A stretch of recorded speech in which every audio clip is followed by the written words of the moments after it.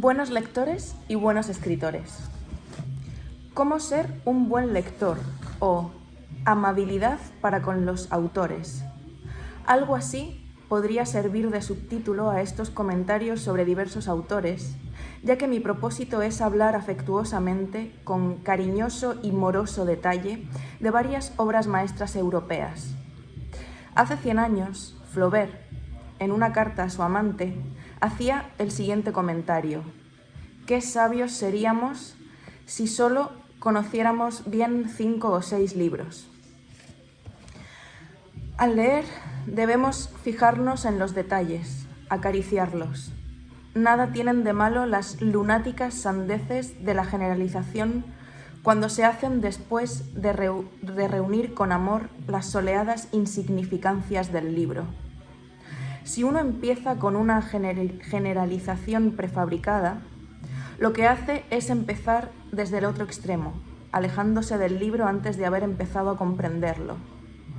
Nada más molesto que esto. Nada más molesto e injusto para con el autor que empezar a leer, supongamos, Madame Bovary con la idea preconcebida de que es una denuncia de la burguesía. Debemos tener siempre presente que la obra de arte es invariablemente la creación de un mundo nuevo. De manera que la primera tarea consiste en estudiar ese mundo nuevo con la mayor atención, abordándolo como algo absolutamente desconocido, sin conexión evidente con los mundos que ya conocemos. Una vez estudiado con atención este mundo nuevo, entonces y solo entonces estaremos en condiciones de examinar sus relaciones con otros mundos, con otras ramas del saber. Otra cuestión: ¿podemos obtener información de una novela sobre lugares y épocas? ¿Puede ser alguien tan ingenuo como para creer que estos abultados bestsellers difundidos por los clubs del libro bajo el enunciado novelas históricas pueden contribuir al enriquecimiento de nuestros conocimientos sobre el pasado? Pero, ¿y las obras maestras? ¿Podemos fiarnos del retrato que hace Jane Austen de la Inglaterra terrateniente, con sus baronets y sus jardines paisajistas, cuando todo lo que ella conocía era el salón de un pastor protestante? Y Casa desolada, esa fantástica aventura amorosa en un Londres fantástico, ¿podemos considerarla un estudio del Londres de hace 100 años? Desde luego que no. Y lo mismo ocurre con las demás novelas de esta serie. La verdad es que las grandes novelas son grandes cuentos de hadas, y las que vamos a estudiar aquí lo son en grado sumo. Básicamente, que todo lo que cuentan los novelistas del siglo XIX y siglo XX son mentiras. El tiempo y el espacio, el color de las estaciones, el movimiento de los músculos y de la mente, todas esas cosas no son para los escritores de genio, por lo que podemos suponer, y confío que suponemos bien, nociones tradicionales que pueden sacarse de la biblioteca circulante de las verdades públicas, sino una serie de sorpresas extraordinarias que los artistas maestros han aprendido a expresar a su manera personal. La ornamentación del lugar común incumbe a los autores de segunda fila. Estos no se molestan en reinventar el mundo, solo tratan de sacarle el jugo lo mejor que pueden a un determinado orden de cosas, a los modelos tradicionales de la novelística. Las diversas combinaciones que un autor de segunda fila es capaz de producir dentro de esos límites fijos pueden ser bastante divertidas, pese a su carácter efímero, porque a los lectores de segunda les gusta reconocer sus propias ideas vestidas con un disfraz agradable. Pero el verdadero escritor, el hombre que hace girar planetas, que modela a un hombre dormido y manipula ansioso la costilla del durmiente, esa clase de autor no tiene a su disposición ningún valor predeterminado, debe crearlos él. El arte de escribir es una actividad fútil si no supone ante todo el arte de ver el mundo como el sustrato potencial de la ficción. ¿Te vas? Nos vemos mañana. Puede que la materia de este mundo sea bastante real, dentro de las limitaciones de la realidad, pero no existe en absoluto con todo con un todo fijo y aceptado. Es el caos, y a este caos le dice el autor: anda, dejando que el mundo vibre y se funda. Entonces, los átomos de este mundo, y no sus partes visibles y superficiales, entran en nuevas combinaciones. El escritor es el primero en trazar su mapa y poner nombre a los objetos naturales que contiene. Estas bayas son comestibles. Ese bicho moteado que se ha cruzado veloz en mi camino se puede domesticar. Aquel lago entre los árboles se llamará lago de ópalo, o más artísticamente, lago agua sucia. Esa bruma es una montaña, y aquella montaña tiene que ser conquistada. El artista maestro asciende por una ladera sin caminos trazados, y una vez arriba en la cumbre, batida por el viento, ¿con quién diréis que se encuentra? Con el lector, jadeante y feliz. Y allí, con un gesto espontáneo, se abrazan, y si el libro es eterno, se unen eternamente. Qué bonito eso. Ay. Ay. Estamos uniéndonos eternamente en una montaña. Estamos totalmente... En una montaña de dolor.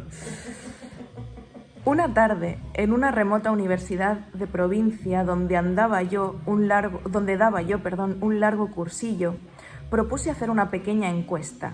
Facilitaría 10 definiciones de lector. De las 10, los estudiantes debían elegir 4 que, combinadas, equivaliesen a un buen lector. He perdido esa lista, pero según recuerdo la cosa era más o menos así. Selecciona 4 respuestas a la pregunta ¿qué cualidades debe tener uno para ser un buen lector? 1. Debe pertenecer a un club de lectores. 2. Debe identificarse con el héroe o la heroína. 3.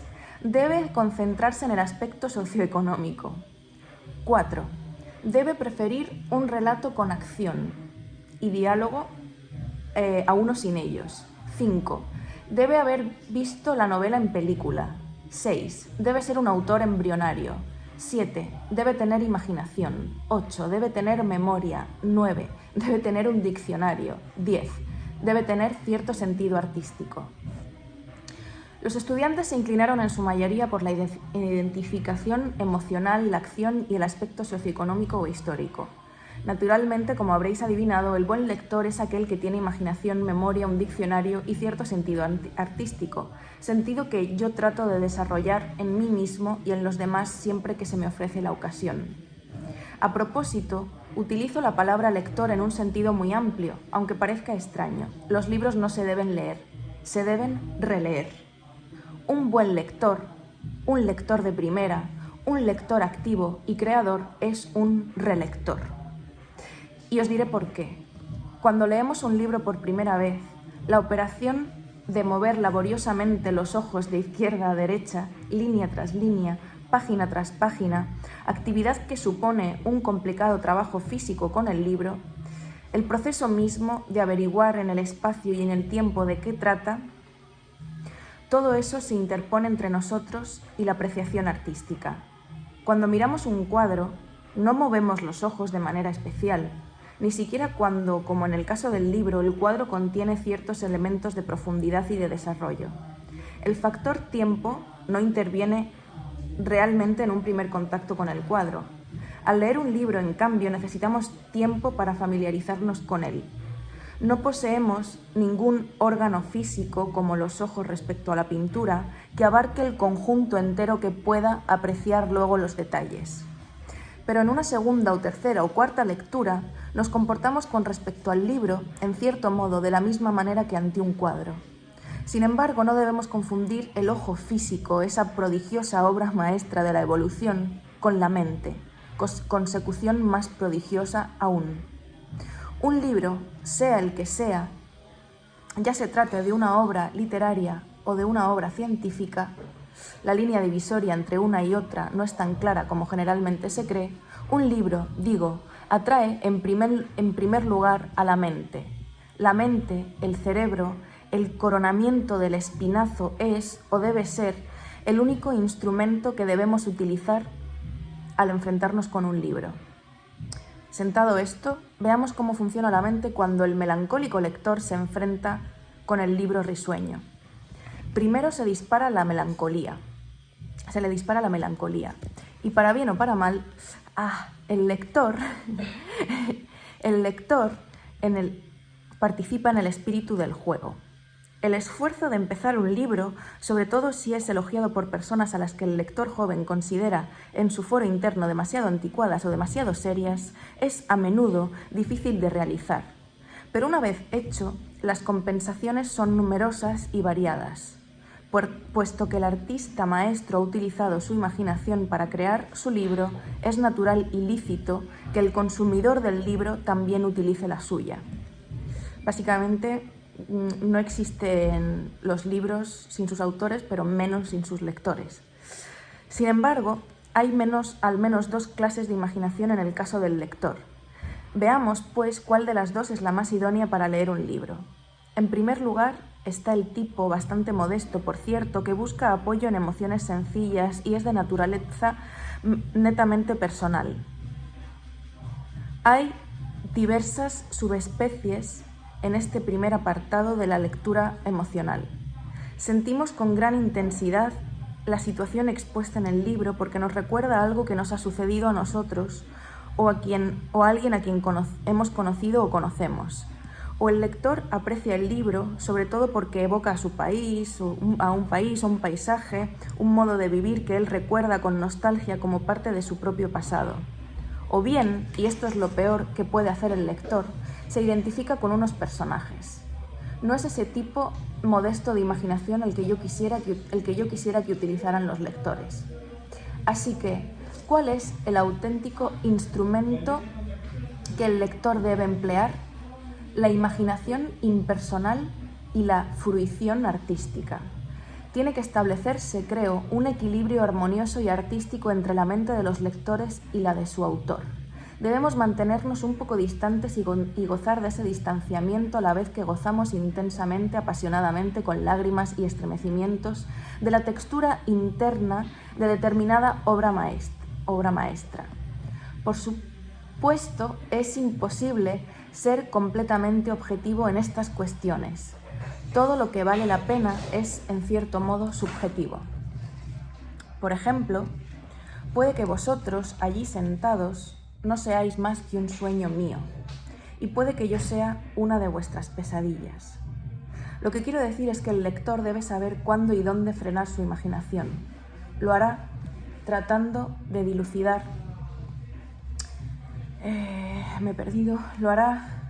Tratando de dilucidar el mundo específico que el autor pone a su disposición. Tenemos que ver cosas y oír cosas, visualizar las habitaciones, las ropas, los modales de los personajes de un autor, el color de los ojos de Fanny Price, protagonista de Mansfield Park, y el mobiliario de su pequeña y fría habitación son importantes. Cada cual tiene su propio temperamento. Pero desde ahora os digo que el mejor temperamento que un lector puede tener o desarrollar es el que resulta de la combinación del sentido artístico con el científico. El artista entusiasta propende a ser demasiado subjetivo. ¿Todo bien? Sí. Ay. ¿Tú? Sí. Bueno, por ahí ya está acostumbrado a ese... Aquí vamos, aquí y Sí, luego sigo por esta zona. Vale. Y ya empezamos aquí. Y termino este pétalo por aquí. Ese es el de las costillas, ¿no? Más o menos. Vale.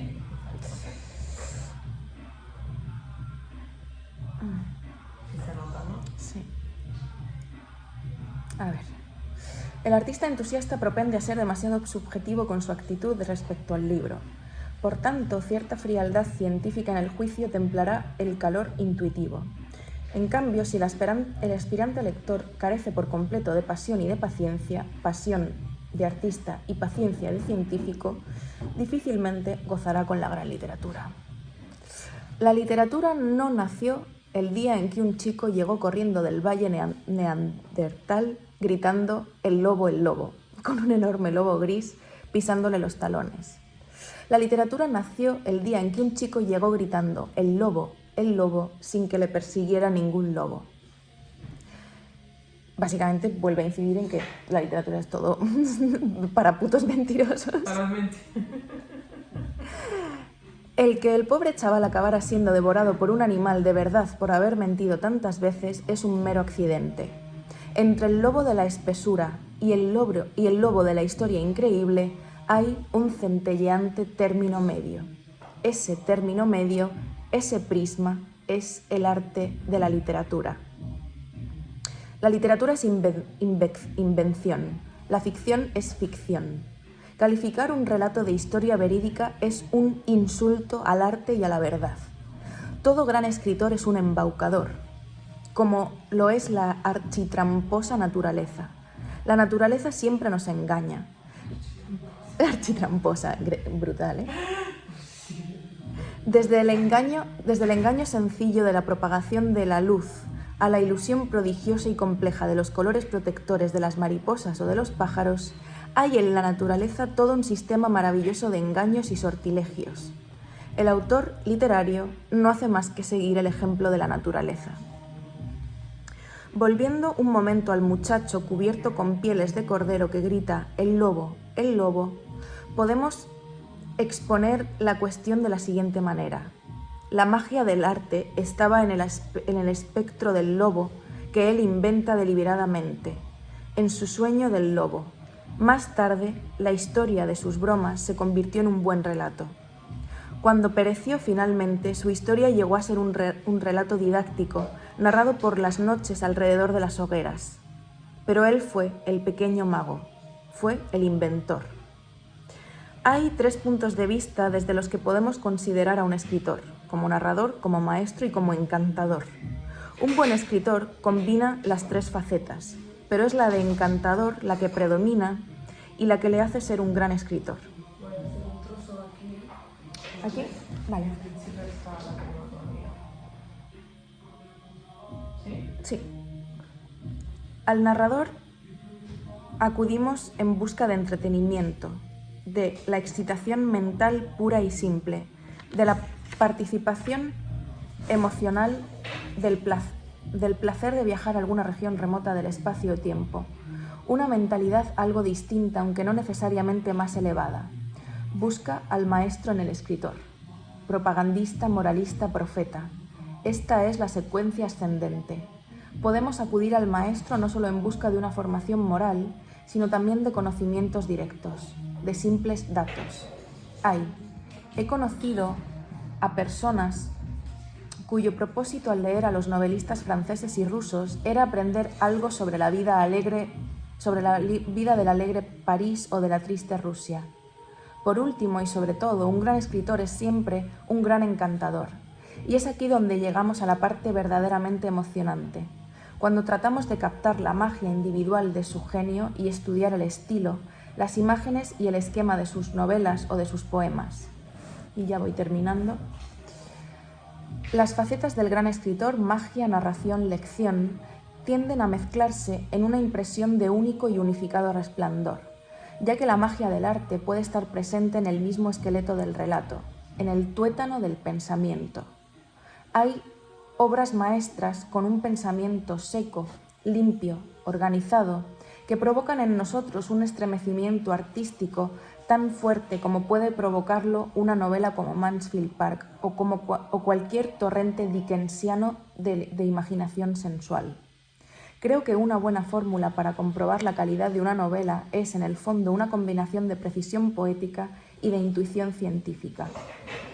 Para gozar de esa magia, el lector inteligente lee el libro genial, no tanto con el corazón, no tanto con el cerebro, sino más bien con la espina dorsal. Es ahí donde tiene lugar el estremecimiento revelador, aun cuando al leer debamos mantenernos un poco distantes, un poco despegados. Entonces observamos, con un placer a la vez sensual e intelectual, cómo el artista construye su castillo de naipes y cómo ese castillo se va convirtiendo en un castillo de hermoso acero y cristal.